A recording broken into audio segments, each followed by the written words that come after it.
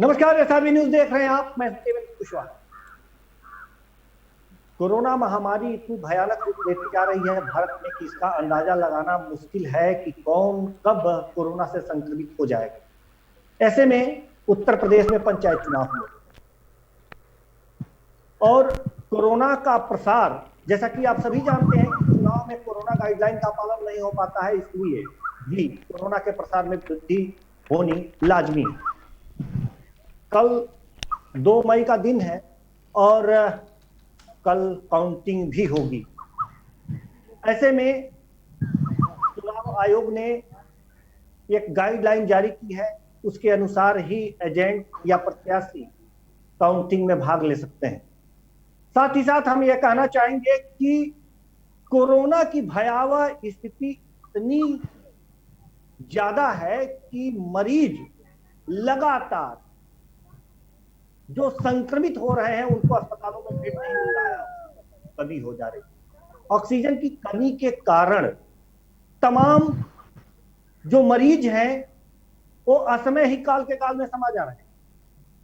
तो बजाय ऑक्सीजन को उपलब्ध कराने के लिए अस्पतालों में ऑक्सीजन की उपलब्धता सुनिश्चित करने के सरकारें चुनाव कराने में लगी थी। इसी मुद्दे पर आज हम चर्चा करेंगे। कांग्रेस नेता इस चर्चा में भाग ले रहे हैं। हमारे साथ हैं चंद्रेश सिंह जी, जो लाइव जुड़े हुए हैं, और आज हम इन्हीं मुद्दों पर चर्चा करेंगे कि आखिर सरकार की प्राथमिकता क्या है, आखिर सरकार चाहती क्या है। क्या मानव के लिए जो महामारी आई हुई है इससे लड़ना प्राथमिकता है या चुनाव कराना प्राथमिकता है, यह समझ से परे है। सबसे पहला सवाल हमारा कांग्रेस प्रवक्ता चंद्रेश सिंह जी के से ही है कि आखिर सरकार इस समय क्या सोच रही है, चुनाव आयोग क्या सोच रहा है, उसकी प्राथमिकता क्या है। चुनाव कराना, काउंटिंग कराना या कोरोना महामारी को नियंत्रित करना। जी चंद्रेश जी। देखिए, एक बात तो स्पष्ट है कि यह सरकार हर मुद्दे पर विफल साबित हुई है। कोरोना के प्रसार को रोकने में मोदी सरकार हो या भाजपा शासित अन्य राज्य की सरकारें हों या कोई भी सरकार हो, वो पूर्ण रूप से असफल साबित हुई हैं। इसके लिए मैं सिरे से केंद्र को जिम्मेदार मानता हूँ। पहली बार जब पिछली साल कोरोना का प्रसार हुआ भारत में, सरकार ने कठोरतम लॉकडाउन लगाए और कठोर लॉकडाउन लगाने के बाद खुद ही चुनावी रैलियों में कूद गए, जिससे आम जनता के अंदर जो कोरोना के प्रति भय था उसमें कमी आई और लोगों ने सरकारी गाइडलाइन का पालन नहीं किया, जिससे कोरोना और तेजी से प्रसारित हुआ और तेजी से बढ़ा और आज हजारों लाखों लोगों की मौत कोरोना से हो रही है। देश के अंदर ऑक्सीजन की और दवाइयों की बड़ी मात्रा में कालाबाजारी हो रही है, इसके लिए भी सरकार पूर्ण रूप से जिम्मेदार है। लोगों को ऑक्सीजन नहीं मिल रहे हैं, लोगों को वेंटिलेटर नहीं मिल रहे हैं। अंतर्राष्ट्रीय एजेंसियों के द्वारा, स्वास्थ्य संगठनों के द्वारा और जो हमारे यहाँ भारत में भी हेल्थ एक्सपर्ट हैं, उन्होंने सरकार को इंडिकेट किया था इस मामले में कि जो कोरोना का दूसरा दौर आएगा बहुत ही भयावह होगा, लेकिन सरकार इस मामले में कोई तैयारी नहीं की।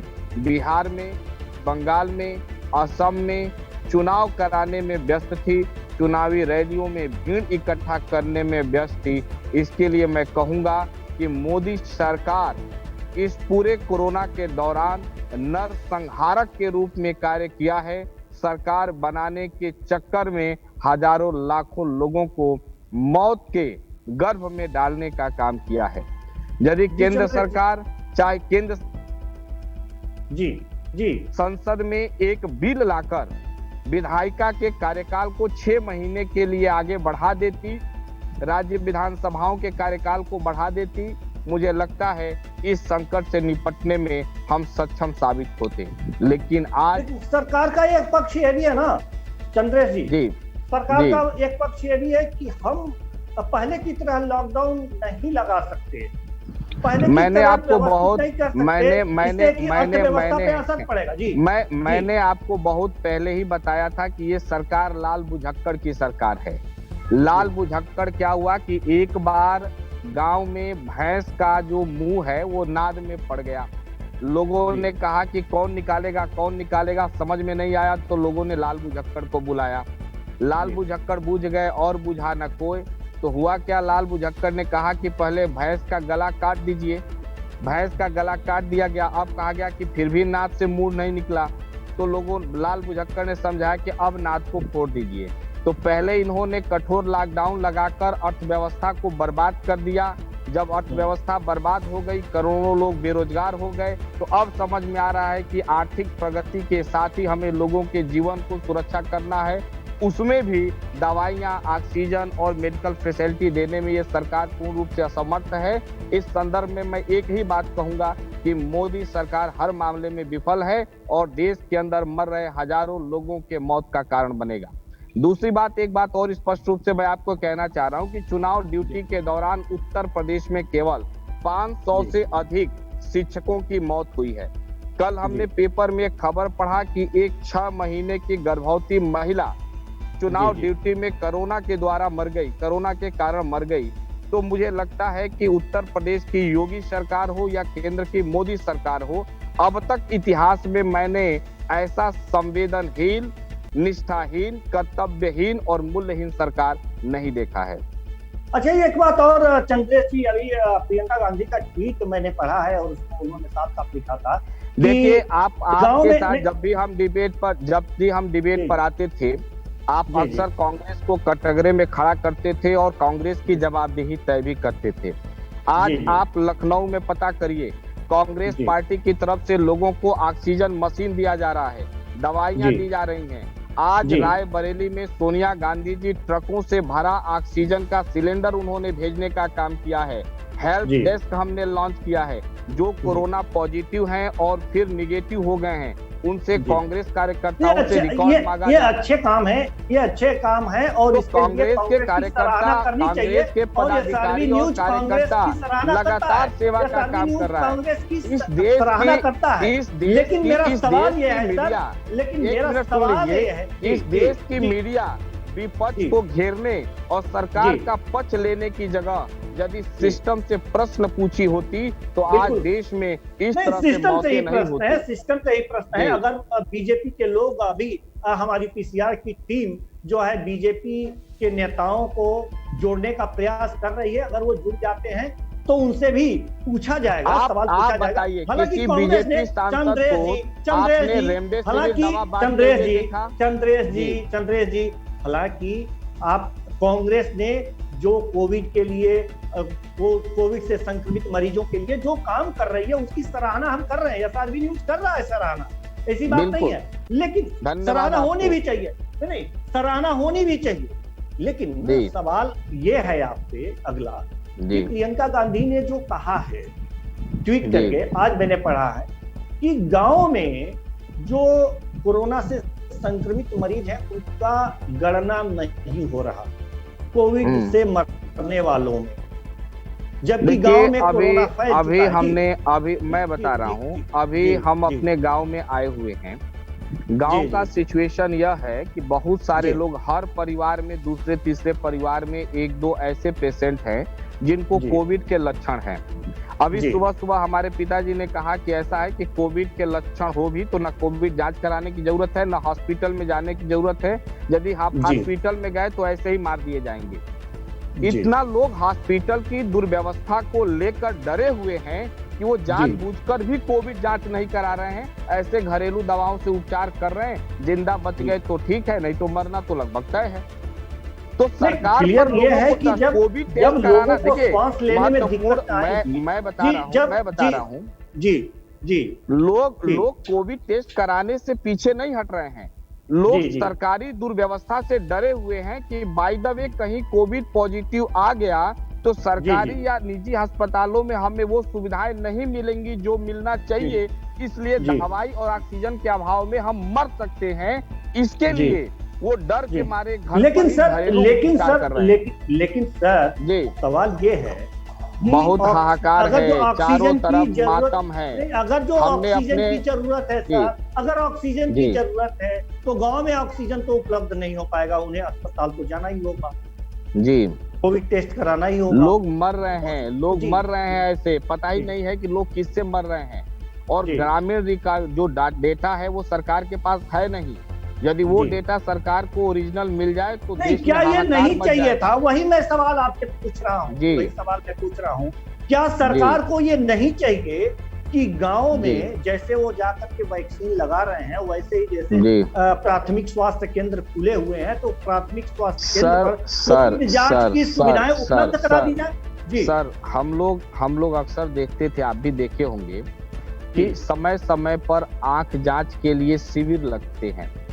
जी ऐसे शिविर लगाकर कोविड नहीं, जांच शिविर लगाने की करके क्या जरूरत है? नहीं सर, हम बात आप आपकी बात काट रहे जी हैं, शिविर लगाने की क्या जरूरत है? हर गांव में प्राथमिक स्वास्थ्य केंद्र बने हुए हैं, हाँ बिल्कुल, हर ब्लॉक में प्राथमिक स्वास्थ्य वहाँ केंद्र है। वहाँ जी जी वहाँ आप व्यवस्था कर दीजिए कोविड जांच की, बिल्कुल।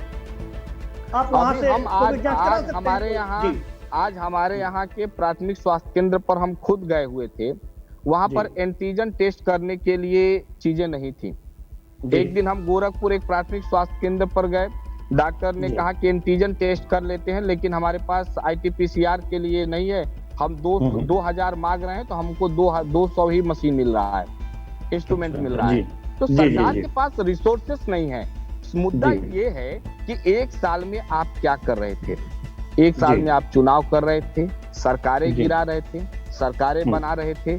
कहीं भी हम्म, आपके एजेंडा में यदि लोग और नागरिकों का जीवन होता तो आप जी बंगाल में, बिहार में, उड़ीसा में या असम में जो नंगा नाच रहे थे वो नंगा नाच आप नहीं नाचते।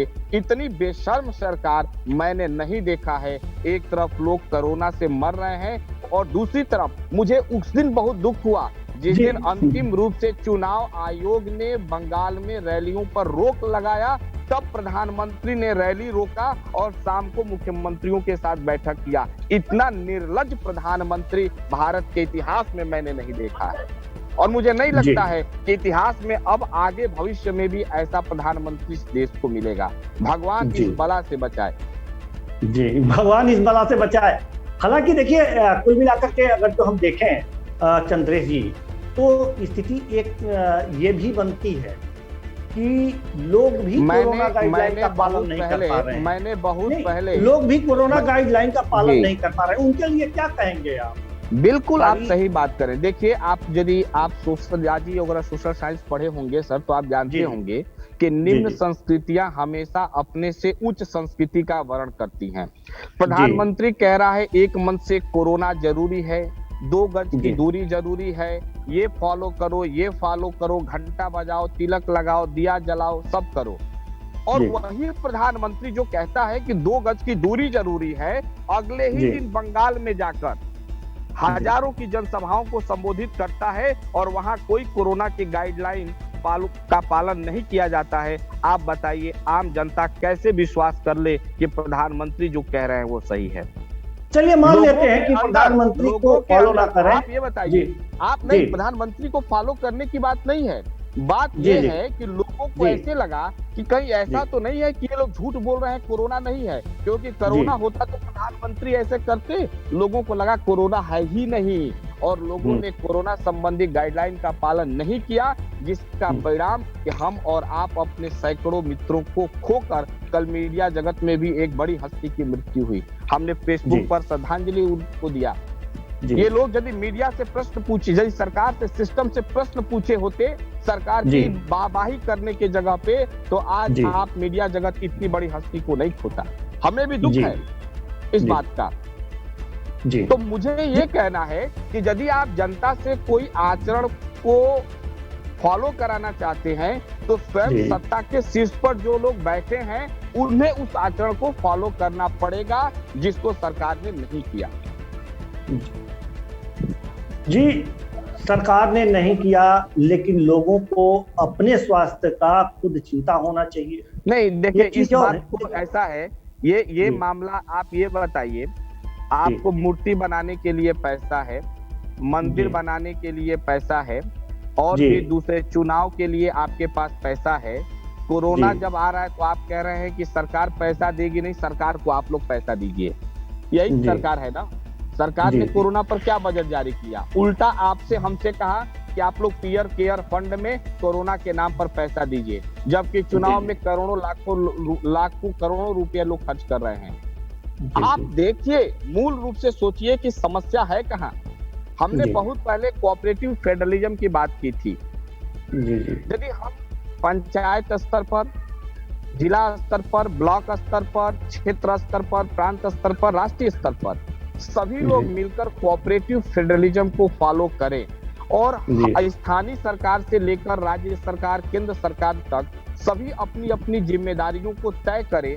एक जी उचित जी गाइडलाइन बनाया जाए जो ऊपर जी से नीचे तक अक्षरशः उसी तरीके से फॉलो किया जाए। तो मुझे लगता है कि कोरोना को हराना हमारे लिए बहुत बड़ी चीज नहीं है। जी कोरोना जी के संबंध में सरकारों के द्वारा मिसमैनेजमेंट हुआ, जिसके कारण कोरोना इतना भयावह रूप से फैला हुआ है। इसके लिए पूरी और पूरी जिम्मेदारी केंद्र में बैठी हुई सरकार को जाता है। इसके लिए प्रधानमंत्री पूर्ण रूप से जिम्मेदार हैं और मैं मांग करता हूं कि प्रधानमंत्री को अपनी जिम्मेदारी तय करते हुए प्रधानमंत्री के पद से तत्काल इस्तीफा दे देना चाहिए।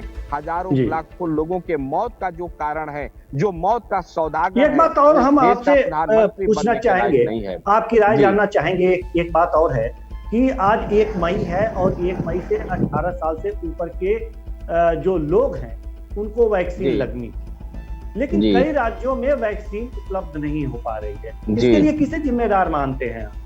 देखिए, कंपनी या ऐसा है, सरकार? जी लगातार कांग्रेस पार्टी के पदाधिकारियों के द्वारा राहुल गांधी जी, सोनिया गांधी जी सरकार को ये मैसेज देते रहे, पत्र भी लिखते जी रहे कि जी पहले देश के लोगों का टीकाकरण कराइए, जी बाद में टीके का निर्यात करिएगा। जी लेकिन जी सरकार विदेशी वाहवाही लूटने में व्यस्त थी और देश के जी लोगों के लिए टीका की व्यवस्था पूर्ण रूप से किए बिना ही टीका का निर्यात करने लगी, जिसके जी कारण आज टीके का अभाव देश के अंदर देखने को मिल रहा है।